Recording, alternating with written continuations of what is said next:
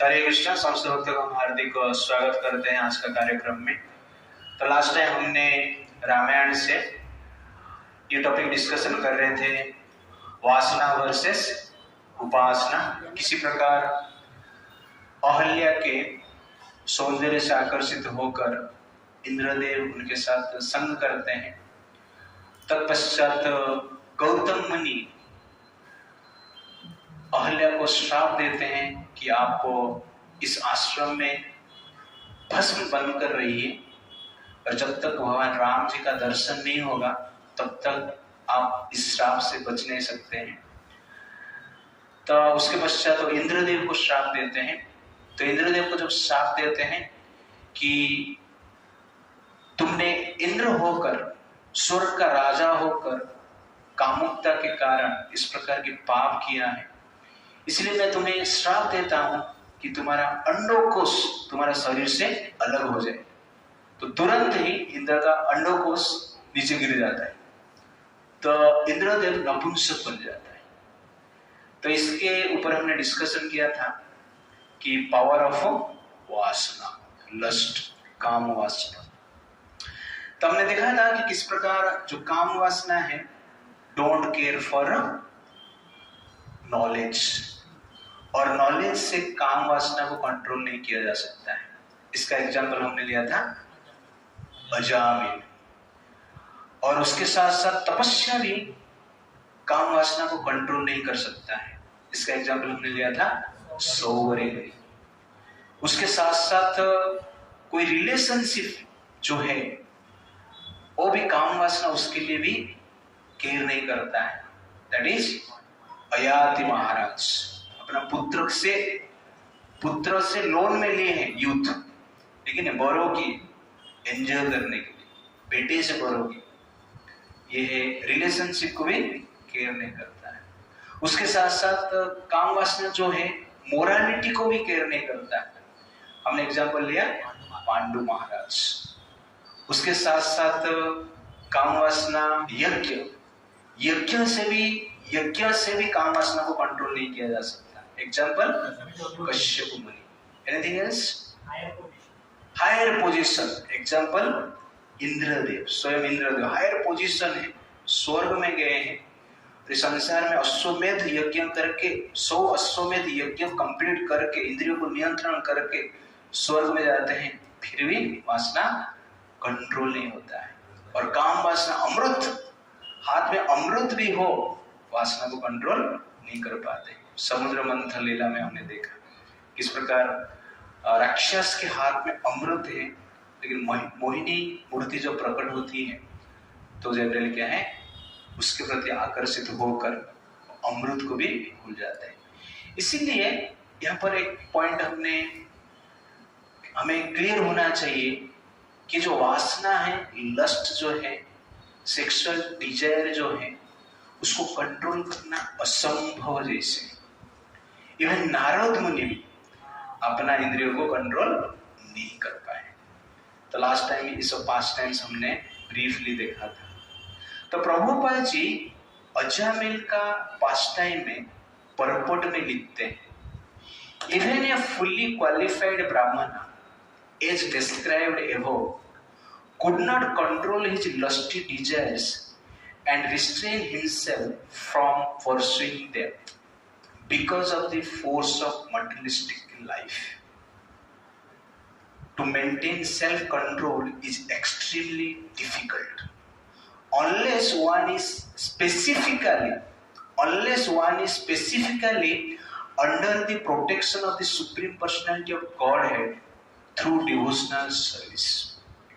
तो प्रभुपाद यहाँ पर क्लियरली कहते हैं कि अजामिल का लास्ट टाइम हमने क्वालिफिकेशन देखा कि किस प्रकार वो सेंस कंट्रोल कर पा रहा था, किस प्रकार वो वेद शास्त्र में पारंगत था, किस प्रकार सत्य वचन बोल रहा था, किस प्रकार वृद्ध व्यक्ति का सेवा कर रहा था, किस प्रकार पिता माता का सेवा कर रहा था, सर्वगुण संपन्न था, नम्र भी था, फिर भी इंद्रियों को नियंत्रण नहीं कर पाया जब एक अश्लील सीन देखा। इतना क्वालिफाइड पर्सन एक अश्लील सीन एक बार देखा तो विचलित हो गए। तो कलयुग में विचार कीजिए, क्वालिफिकेशन तो कुछ नहीं है और असली सीन क्या है, अधिक है, और कहां पर ही दिख जाता है। ओके ना? तो सेंस कंट्रोल करना आसान नहीं, लेकिन प्रभुपाद जी क्या कहते हैं, unless one is specifically under the protection of the supreme personality of God, भगवान के द्वारा स्पेसिफिकली जब एक व्यक्ति प्रोटेक्शन में रहेगा, कहने का अर्थ है भगवान जिस व्यक्ति को प्रोटेक्ट करेंगे वो व्यक्ति ही वासना से बच सकता है, दूसरा कोई उपाय नहीं। आप प्रयास कर सकते हैं, बट ये क्लियरली आपको समझना चाहिए, जब तक हम वासना से बचे हैं, इसका अर्थ है भगवान ने हमारा प्रोटेक्शन किए। जब हम सोचेंगे कि मैं वासना को जीत लिया, सेंस को कंट्रोल कर लिया, काम को मैंने जीत लिया, तब जनरल क्या है, वो माया है। जैसे कि नारद मुनि ने सोचा कि मैंने कामदेव को जीत लिया, तत्पश्चात तुरंत ही उनके मन में क्या आता है, वासना आता है, वो शादी करने के लिए प्रयास करते हैं और भगवान के पास ही जाते हैं और मांगते हैं कि मुझे ऐसा चेहरा दीजिए जैसे कि मुझे कोई चॉइस करे। भगवान क्या करते हैं, मंकी का चेहरा दे देते हैं। तो कहने का अर्थ है नारद मुनि काम को कंट्रोल कब तक कर पा रहे थे, जब तक भगवान उनको प्रोटेक्शन देते थे। इसलिए वासना का कंट्रोल केवल विष्णु और कृष्ण का उपासना से हो सकता है, और कोई उपाय नहीं। ये जानना अत्यंत आवश्यकता है। इसलिए आप इस प्रकार विचार कीजिए, जैसे कि कोई प्राइम मिनिस्टर है, पावरफुल पर्सनालिटी, लेकिन प्राइम मिनिस्टर को Z+ सिक्योरिटी नहीं रहेगा और स्पेशल सिक्योरिटी नहीं रहेगा, तो टेररिस्ट उसको मार ही देंगे। तो प्राइम मिनिस्टर तब तक प्रोटेक्शन में रहता है, तब तक जिंदा रहता है जब तक उसको सिक्योरिटी रहता है। सिक्योरिटी हटा देते हैं तो टेररिस्ट उसको मार ही देगा।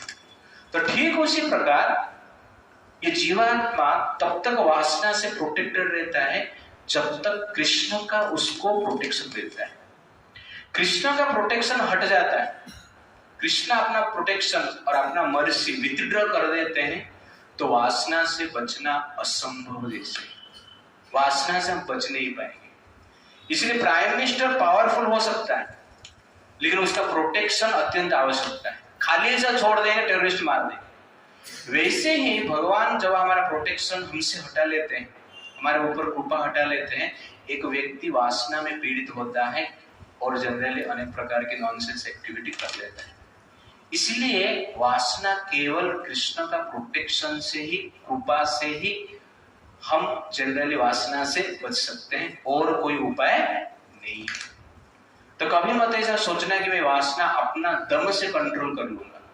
नहीं, आपका दम हट जाएगा लेकिन आप वासना को कंट्रोल नहीं कर पाएंगे।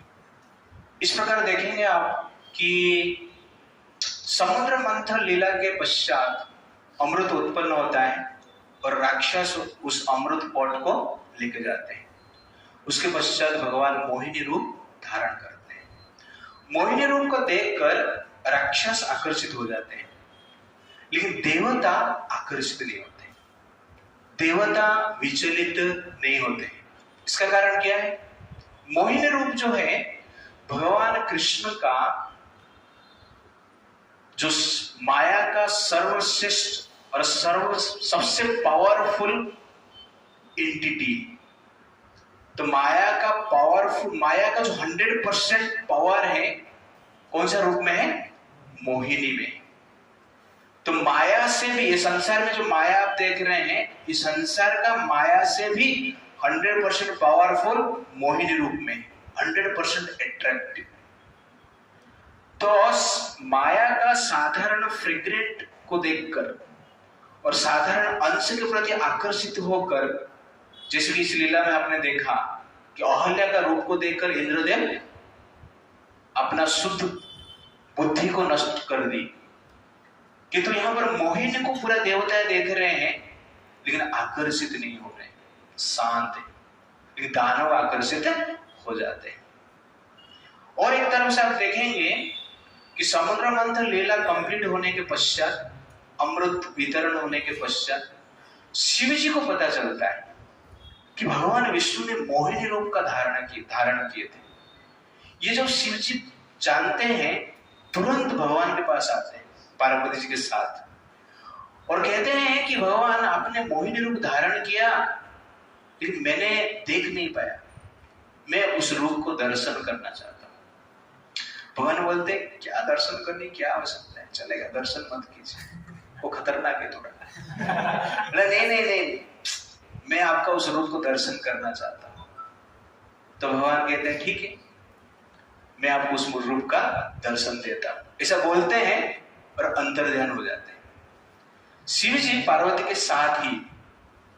और थोड़ी देर के बाद दूर एक जंगल से, उपवन से एक स्त्री का एंकल वेल का आवाज आता है, पाऊंजी का, क्या बोलते हैं उसको, पायल का आवाज आती है।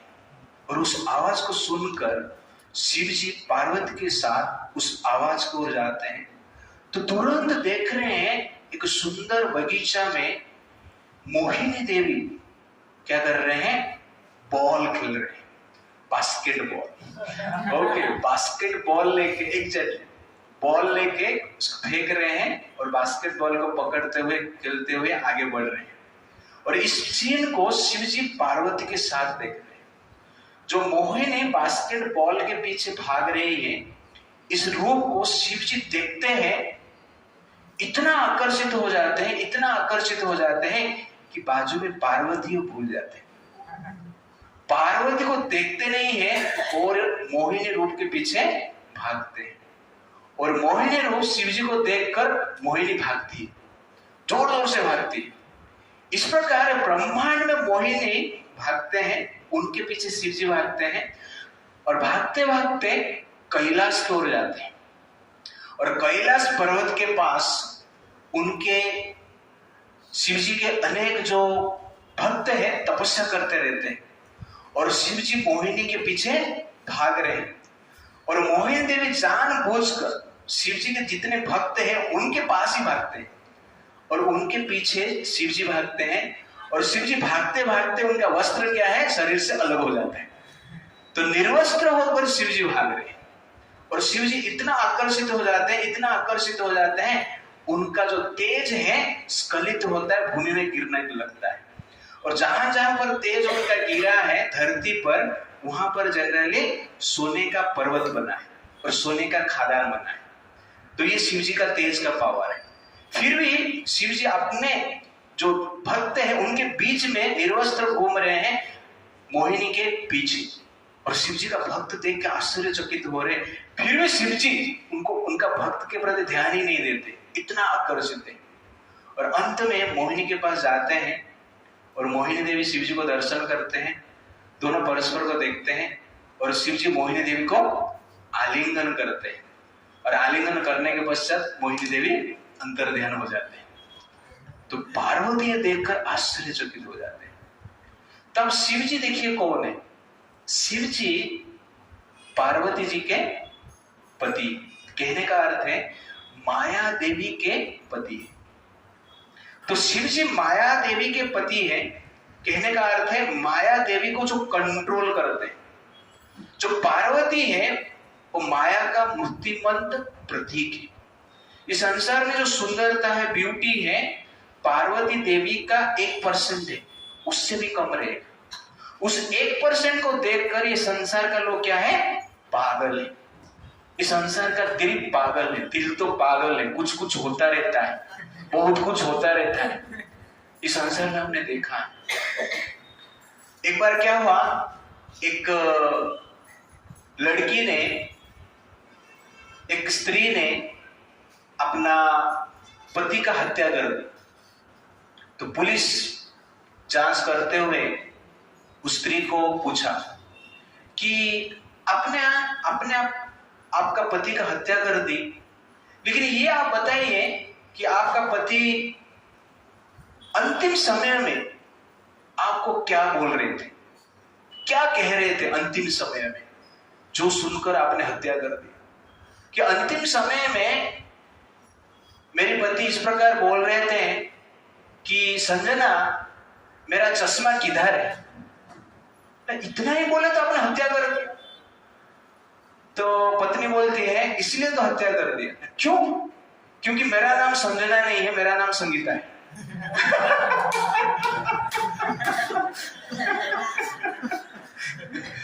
तो अंडरस्टैंड द पॉइंट।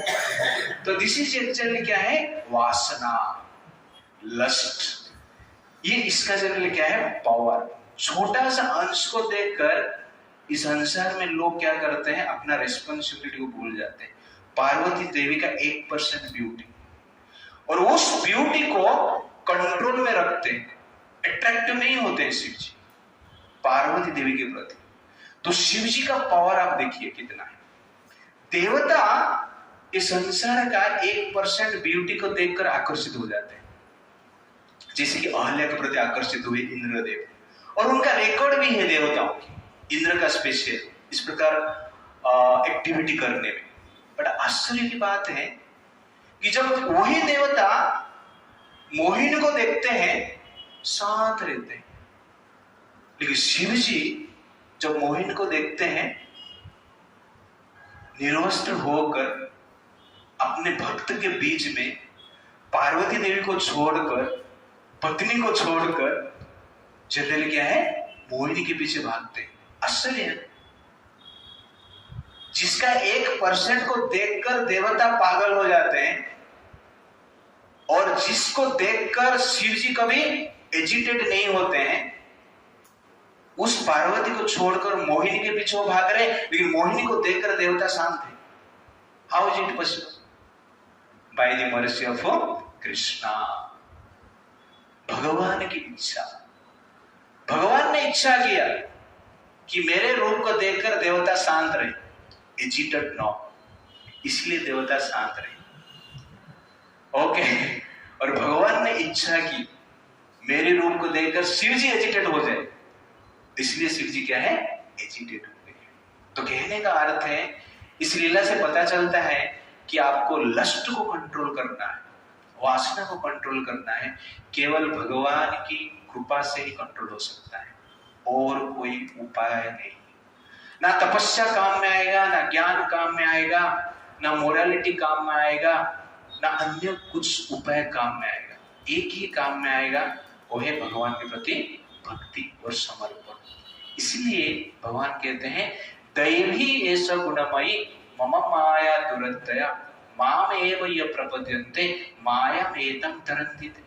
दैवी एष गुणमयी, मेरी जो माया है अत्यंत पावरफुल, दुरत्यया असंभव है उसको जीतना, बट माम एव ये प्रपद्यन्ते, मेरे शरण में जो रहता है वो माया को अति सहज से जीत लेता है। इस शिव जी का लीला में भगवान ये बताना चाहते हैं, इवन आप शिव हो सकते हो जो कि कामदेव को भस्म किए, इस प्रकार व्यक्ति भी हो सकते हैं। पार्वती जी के सामने आप स्थिर रहते हो, लेकिन ये सब कैसे होता है? मेरे इच्छा के कारण होता है। मैं जब इच्छा करता हूं तब जनरली आपका मन अस्थिर हो जाता है। इसलिए मन को स्थिर करने की जो शक्ति है केवल भगवान के पास है। इसलिए भगवान कहते हैं महात्मनां स्तुमां पार्थ दैवीं प्रकृतिमाश्रितम् भजन्ति अनन्य मनस ज्ञात्वा भूतादि प्रत्ययम्। इसलिए जो महात्मा है भगवान के दैवी प्रकृति के अधीन में रहते हैं। दैवी मतलब भगवान का पर्सनल केयर। तो भगवान का दो प्रकृति, एक है भौतिक प्रकृति और एक है आध्यात्मिक प्रकृति। तो आध्यात्मिक प्रकृति जो है दैवी प्रकृति है, वो भगवान का पर्सनल केयर में रहता है।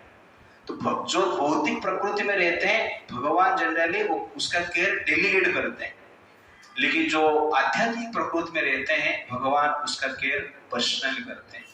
इसीलिए जनरली आपको माया से बचना है तो अत्यंत आवश्यकता है भगवान कृष्ण के प्रति समर्पित होना है, और कुछ उपाय नहीं। तो प्रभुपाद जी एक बार भगवान को प्रार्थना कर रहे थे कि मुझे माया से बचाइए। तो उनके शिष्यों को पूछे कि प्रभुपाद जी आप भी प्रार्थना कर रहे हैं माया से बचने के लिए, हम लोग को प्रार्थना करना चाहिए। तो प्रभुपाद जी कहते हैं मैं प्रार्थना कर रहा हूं इसलिए माया से बच के हूं, प्रार्थना करना बंद कर दूंगा तो माया से बचना आसान नहीं। और प्रभुपाद जी लगभग ऐसे एक साधु हुए हैं उनके टाइम पे 70s में, जो कि अमेरिका में जाकर कृष्ण का कथा का प्रचार कर पाए, कृष्ण भक्ति का प्रचार कर पाए। उससे पहले जितने भी साधु संत भारत से लगभग अमेरिका गए हैं, जनरली माया के द्वारा प्रभावित हो गए थे, अपना लाइफस्टाइल चेंज कर रहे थे, कॉम्प्रोमाइज किए थे। और प्रभुपाद जी गए नो कॉम्प्रोमाइज और माया को जीते। और उसके साथ साथ क्या है, जो माया में उनके जो शिष्य जो थे उनको जनरली माया से भी बचा के लेके आए। तो कहने का अर्थ है प्रभुपाद जो शिष्य को कहते हैं कि भगवान को प्रार्थना करेंगे तो ही माया से बच सकते हैं, और कुछ उपाय नहीं है। Therefore, thunder of Maya cannot harm you if you are under the protection of Krishna. Thunderbolt of Maya cannot bold you if you hold the lotus feet of Krishna with full surrender. Otherwise, माया से बचना difficult है। इसलिए कृष्ण का उपासना से ही हम agitation से बच सकते हैं। इसलिए सततम कीर्तयन्तो माम, सततम कीर्तयन्तो, 24 आवर जप करना चाहिए, कीर्तन करना चाहिए, तब जाके माया से बच सकते हैं। तो वैकुंठ में सब लोग माया से बचे हुए हैं, क्यों? क्योंकि वहां पर 24 आवर कीर्तन करते हैं। और यहां पर जनरल क्या है, 24 आवर माया का कीर्तन करते हैं, और बीच बीच में एक हफ्ते में टाइम मिला तो हम प्रोग्राम अटेंड करते हैं। ये हमारा प्रॉब्लम है। Therefore, if you have to control senses, then we have to exactly क्या है, भगवान का स्मरण करना अत्यंत आवश्यकता है। हरे कृष्णा कृष्णा कृष्णा हरे हरे, हरे राम राम राम हरे हरे। और नारद मुनि को भगवान ने वानर का रूप दिया। तो नारद मुनि बाद में पूछे कि हे भगवान, आपने मुझे वानर का रूप क्यों दिया? तो भगवान विष्णु ने कहा कि राम अवतार तो देखा मेरा आपने, और मैं एक पत्नी को धारण किया था और इतना तकलीफ मुझे मिला। तो पत्नी को धारण करना मतलब पेन को धारण करना है। आपको पेन चाहिए तो पत्नी धारण कीजिए, पेन फ्री लाइफ चाहिए तो पत्नी से, स्त्री से दूर रहिए। सच बता रहा हूं मैं, झूठ नहीं। आप बोले शादी नहीं, ठीक है, हुआ नहीं, लेकिन पत्नी आपको भविष्य में चाहिए, विवाह करना चाहते हो तो ready to accept pain, that is the truth. Pain मिलेगा, प्लेजर भी मिलेगा, but pain is guaranteed, pleasure is optional. Pleasure is not guaranteed. Pleasure is optional, but pain is guaranteed. इसीलिए राम लीला में, राम कौन है? मर्यादा पुरुषोत्तम। आप लोगों में से कोई मर्यादा पुरुषोत्तम है? नहीं। मर्यादा पुरुषोत्तम मर्यादा में रहते हुए इतना कष्ट मिला, और अमर्यादा पुरुषोत्तम को कितना कष्ट मिलेगा आप सोचिए।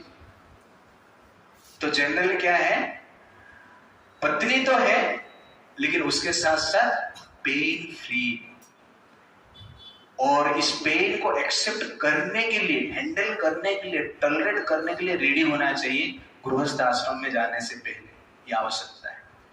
और नारद मुनि उस समय पे, भगवान विष्णु नारद मुनि को उस समय पे कहते हैं, इसलिए मैं आपको मंकी का चेहरा दिया, जिससे कि आप इस पेन से बच सकते हैं। क्यों? मैंने आपको देखा है, अच्छी तरह से नाम लेके मेरा घूमता रहता है, लेकिन और इतना मैं जनरल बुरा कार्य आपके लिए नहीं कर सकता। आपने श्राप दिया ठीक है, लेकिन आपको बचाने के लिए मैंने आपको क्या दिया? वानर का चेहरा दिया। तो इसलिए कभी कभी ugly face is a protection from the ugly lust desire. Lust is ugly. If you are ugly, आपका फेस मान लो अगली है, इतना सुंदर नहीं, कोई लड़की आपसे आकर्षित नहीं हो रही, अच्छा है, भगवान का स्पेशल कृपा है, प्रोटेक्शन है, आपको मिला है बाय डिफॉल्ट। आप कभी कभी ऐसा सोचते रहोगे मुझे ये सब बदसूरत क्यों दिया गया, बट एग्जैक्टली ऐसे नहीं है। भगवान ने आपको स्पेशल कृपा की है, आपको बचाई है, इसलिए आपको पेन से बचाने के लिए भगवान ने एक प्रकार के अगले रूप दिए, और जिस अगले रूप से आप अनेक प्रकार के कष्ट से बच सकते हैं। इसलिए कभी कभी मान लो कोई अगली अपने आप को समझना है तो चिंता करने की आवश्यकता नहीं, ये भगवान का स्पेशल कृपा है। नारद मुनि को याद करना, मंकी चेहरा। ओके, अब कितना भी चाहेंगे हार नहीं मिली, लेकिन कितना भी चाहेंगे आप जनरली सक्सेस नहीं होंगे, but that is good, it's like that. So sometimes Lord gives us ugly body to protect us from the most ugly lust. Krishna's protection will protect us from Maya, not by our qualification. Therefore, always pray for protection and follow Krishna's instruction. That is very very important. तो दो प्रकार के स्पर्श है, बाह्य स्पर्श और एक ब्रह्म स्पर्श। बाह्य स्पर्श मतलब शरीर संसार का जो ब्यूटी है, जब आपको स्पर्श करती है तो उससे जो प्लेजर मिलता है, पेन मिलता है, वो बाह्य स्पर्श के कारण। और एक है ब्रह्म स्पर्श। ब्रह्म स्पर्श मतलब कृष्ण का टच, भगवान का स्पर्श से जो प्लेजर मिलता है उसको कहते हैं हम ब्रह्म स्पर्श।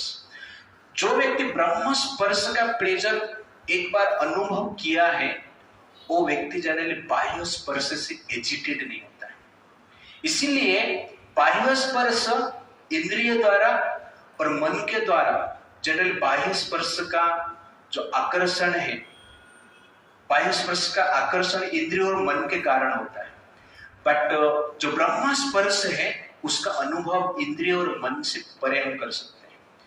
और इंद्रिय और मन से परे वो कार्य करने के लिए अत्यंत आवश्यकता है भक्ति में हमें क्या करना चाहिए, सीरियस होना चाहिए। तीव्रेण भक्ति योगेन यजते पुरुषम परम। भक्ति का जब तीव्रता बढ़ता है, इंटेंसिटी बढ़ता है, तब से पहले हम माया को आसानी से कंट्रोल कर पाते हैं। और तीव्रता नहीं रहेगा, ऐसा ढीला रहेगा तो माया को कंट्रोल करना अत्यंत डिफिकल्ट है। इसलिए गीता में भगवान कहते हैं 5.21 में, बाह्य स्पर्शेषु आसक्त आत्मा विन्दति आत्मनि यत् सुखम स ब्रह्म योग युक्त आत्मा सुखम अक्षम अश्नुते। तो बाह्य स्पर्शेषु आसक्त, तो जो व्यक्ति इंद्रिय तृप्ति से बचता है, विन्दते आत्मनि यत् सुखम, और अपना भीतर भगवान का रूप का मजा लेता है, वो व्यक्ति जनरल क्या है, माया से आसानी से बच सकता है। इसलिए राधा गोकुल बिहारी अभी प्रकट हुए पालघर में, तो देखने में बहुत सुंदर है। तो प्रतिदिन जाके क्या करना चाहिए, गोकुल बिहारी जी का दर्शन करना चाहिए। एटलीस्ट 10-15 मिनट, 20 मिनट, आधा घंटा सामने बैठ के मेडिटेट करो, देखो, तो ये ब्रह्म स्पर्श है। तो भगवान कृष्ण का जो रूप है ब्रह्म है, और उस रूप का जब स्पर्श हमारा आंख पे होता है, तब जनरल का मन में होता है, तब बाह्य स्पर्श से हम बच सकते हैं। इसलिए meditation is very very important. तो meditation is the only way to stop our agitation. तो एजिटेशन इज ड्यू टू बाह्य स्पर्श, और एजिटेशन को कंट्रोल करने के लिए ये मेडिटेशन आवश्यकता है। इसलिए भगवान का जो रूप है उसका स्मरण ध्यान करना आवश्यकता है, और जो प्रतिदिन करता है धीरे धीरे मन क्या होता है, शांत होता है, अदरवाइज इट्स वेरी डिफिकल्ट। तो इस प्रकार 6.28 में भगवान कहते हैं, युञ्जानम् एव सदा आत्मनं योगी विगत कल्मषः सुखेन ब्रह्म स्पर्शम अत्यंतम सुखम अश्नुते। तो यहाँ पर स्पेशल शब्द यूज करते हैं ब्रह्म स्पर्श। तो सुखेन ब्रह्म स्पर्शम अत्यंतम सुखम अश्नुते। तो ब्रह्म स्पर्श जब होता है, वो जो सुख है ये संसार का सुख से परे है, संसार का सुख से सुप्रिय है। जो स्पर्श किया है, ब्रह्म स्पर्श जिसका अनुभव हुआ है, वो जनरली उसको एक्सपीरियंस कर सकता है। बट हमें क्या करना चाहिए, एटलीस्ट डीटी के सामने जाके खड़ा होना चाहिए, और दैट इज ऑल्सो ब्रह्म स्पर्श है। वो भी एक प्रकार की मटेरियल कंडीशन स्टेट में वो ब्रह्म स्पर्श का अनुभव कर सकते हैं। और जो बाह्य स्पर्श है, बाह्य स्पर्श मतलब मटेरियल ब्यूटी, स्त्री का ब्यूटी, लड़की का अट्रैक्शन जो है वो बाह्य स्पर्श है, वासना है, उससे आप जनरली क्या हो सकते हैं, बच सकते हैं। That is very very important. तो ये दोनों स्पर्श सेम जैसे। कभी कभी लगता है कि लस्ट जो है, वासना है, अत्यंत पावरफुल, एग्जैक्टली पावरफुल है। क्यों? क्योंकि भगवान ने अपना पूरा भौतिक शक्ति जनरली काम वासना में इन्वेस्टमेंट किए, इसलिए सबसे हाईएस्ट प्लेजर है। तो ये हाईएस्ट प्लेजर को डिफीट करना आसान नहीं है, केवल भगवान की कृपा से ही आप उसको डिफीट कर सकते हैं, और कोई उपाय नहीं। इसीलिए इस काम वासना को पराजय करना असंभव जैसे होता है। क्यों? क्योंकि उसका पराजय कौन कर सकता है? कृष्ण ही कर सकते हैं, राम ही कर सकते हैं। तो काम को राम ही मार सकते हैं, और कुछ उपाय है ही नहीं। क्यों? क्योंकि काम संसार में राम जैसे ही पावरफुल है। इस संसार में मान लो कुछ पावरफुल है तो वो जनरली क्या है? काम है, वासना है। तो उसको डिफीट करने की कैपेसिटी केवल राम के पास है। इसलिए जनरली हमें क्या करना चाहिए? भगवान राम का स्मरण करना चाहिए, और तीव्रता के साथ करना चाहिए। That is very very important. और प्लेजर जो है, ये प्लेजर को जनरली मैं सोचता हूँ बॉर्डर प्लेजर, आध्यात्मिक जगत और भौतिक जगत का जो बॉर्डर प्लेजर है, जो जंक्शन है, लेकिन बॉर्डर है, वो कौन है? लाइन ऑफ कंट्रोल आप बोल सकते हैं। एलओसी वो क्या है? लस्ट है। वो एलओसी को क्रॉस करना इतना आसान नहीं है, वेरी डिफिकल्ट है। और सबसे बड़ा आश्चर्य है, ये एलओसी में लोग जाते हैं क्रॉस करने के लिए और डिफीट होते हैं बार बार, मार भी खाते हैं बार बार, फिर भी उसके पीछे भागते हैं। तो ये प्लेजर का पावर आप देखिए कि प्लेजर इतना इल्यूजरी है, मजा आता है, और उस प्लेजर को अनुभव करते हुए हेल्थ भी डाउन होता है, उसके साथ साथ बाहर से मार भी गिरता है, लड़की से मार खाना पड़ता है, लेकिन उसके जो रिलेटिव है उससे वो भी मारते हैं। एक मेरा ऐसा एक दोस्त है, उसको जनरली एक मुस्लिम लड़की को प्रेम करता था, और वो मुस्लिम लड़की के पिता माता भाई मिल के उसको इतना मारे हाथ पैर उसका फ्रैक्चर हो गया, हॉस्पिटल में एडमिट हुआ। ठीक होने के बाद आया, वो लड़की को उठा के लेके चला गया। ये रियल स्टोरी है, मुंबई से ही लिया है। ओके बाद में अभी वो डिवोर्स हो गया, ऑलरेडी डिवोर्स हो गया वो।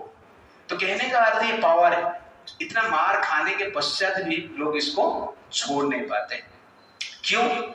क्योंकि बॉर्डर प्लेजर है, और संसार में एक प्रकार के हाईएस्ट प्लेजर का अनुभव ये देता है, इसलिए छोड़ नहीं पाते हैं। तो ये प्लेजर इस प्रकार आप सोच सकते हैं, जैसे कि मैंगो फ्रूटी में मजा आता है, और मैंगो जूस में भी मजा आता है, ओरिजिनल मैंगो जूस, दोनों सेम जैसे लगता है। लेकिन मैंगो फ्रूटी अधिक आप लेंगे तो क्या होगा? हेल्थ आपका डाउन हो जाएगा, डाइजेस्टिव सिस्टम आपका खराब हो जाएगा। क्यों? क्योंकि वो डुप्लीकेट प्लेजर है। ठीक उसी प्रकार जो ब्रह्म स्पर्श है ना, ओरिजिनल मैंगो जूस लेकिन बाह्य स्पर्श जो है ना, मैंगो फ्रूटी, केमिकल से बना है, दोनों का प्लेजर सेम जैसे लगता है। तो कहने का अर्थ है जो ब्रह्म स्पर्श का प्लेजर है एज गुड एज बाह्य स्पर्श, इसीलिए वो प्लेजर को छोड़ना डिफिकल्ट होता है। क्योंकि ब्रह्म स्पर्श नहीं मिलता है, ओरिजिनल मैंगो नहीं मिलता है, जो मैंगो मिल रहा है उसमें खट्टा ज्यादा है, इसीलिए लोग मैंगो फ्रूटी में मजा लेना चाहते हैं। तो कहने का अर्थ है कि संसार में भगवान का स्पर्श जो आनंद है डिफिकल्ट है प्राप्त करना, बट जो मैंगो फ्रूटी वो सस्ते में मिल जाता है, इसलिए लोग क्या है मैंगो फ्रूटी के पीछे भागते हैं। लेकिन मैंगो फ्रूटी से क्या होता है? हेल्थ ठीक नहीं होता है, खराब हो जाता है। तो ठीक उस प्रकार जो बाह्य स्पर्श में रहते हैं, सेंस एंजॉयमेंट में रहते हैं, उनका हालत क्या होता है? सेंस एंजॉयमेंट से हेल्थ खराब होता है, और उसके साथ साथ जो स्पिरिचुअल अट्रैक्शन है उससे भी हम क्या हो जाते हैं? दूर हो जाते हैं।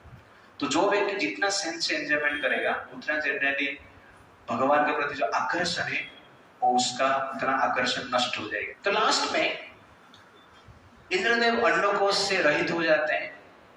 उसके पश्चात इंद्रदेव शर्म में है, लज्जा आ रही है उनको, और देवताओं के पास जाते हैं और देवताओं को कहते हैं इस प्रकार मैंने कार्य किया है और इस प्रकार का स्थिति है मेरा, आप लोग मेरा रक्षा कीजिए।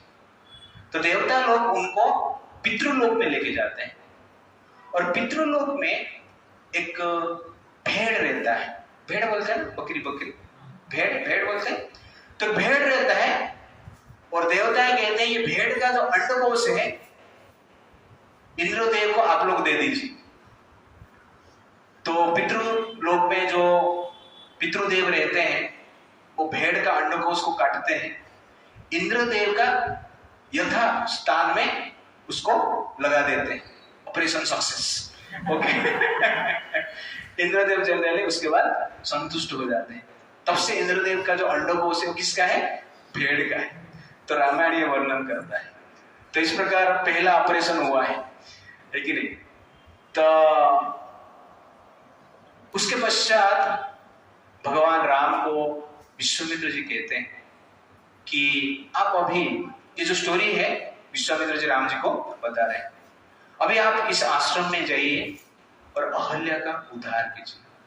तो ये बात जब सुनते हैं तुरंत राम लक्ष्मण उस आश्रम के भीतर जाते हैं, और जब अहल्या भगवान राम को देखती है तुरंत ही एक प्रकार की दिव्य शरीर उनको प्राप्त होती है जो अत्यंत तेजमय थी और आकर्षक थी।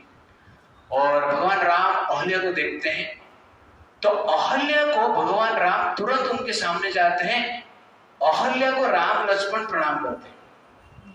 उसके पश्चात अहल्या जी राम लक्ष्मण का आतिथ्य सत्कार करते हैं अर्घ्य और पाद्य के साथ। तो इस प्रकार भगवान राम की कृपा से अहल्या देवी का उद्धार होता है।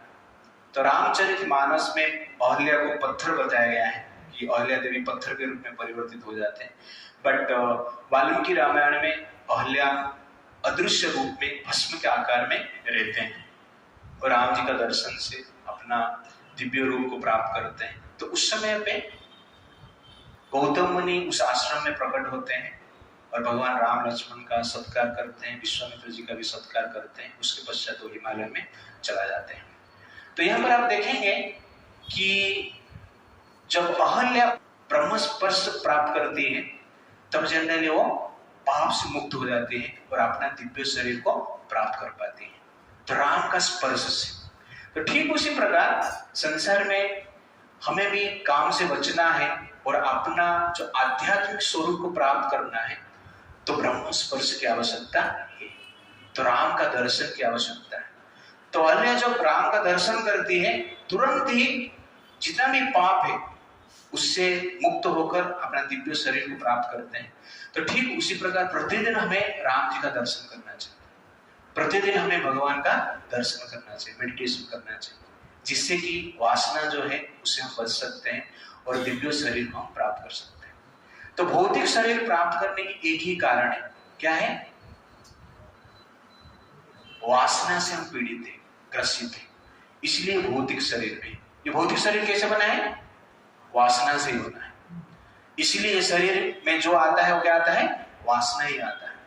और वासना का शरीर को जब हम भगवान के उपासना में यूज करेंगे तब जनरली संसार का जो अट्रैक्शन है, स्त्री के प्रति जो आकर्षण है, उससे हम बच सकते हैं, अदरवाइज वेरी डिफिकल्ट।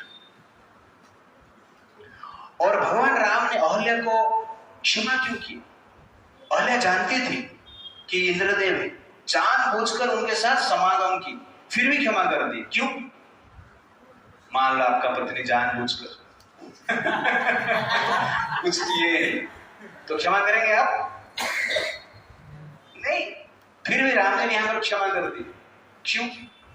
तो भगवान राम क्षमा करके ये दिखाना चाहते हैं कि संसार में कभी कभी मिस्टेक जानबूझकर भी होता है।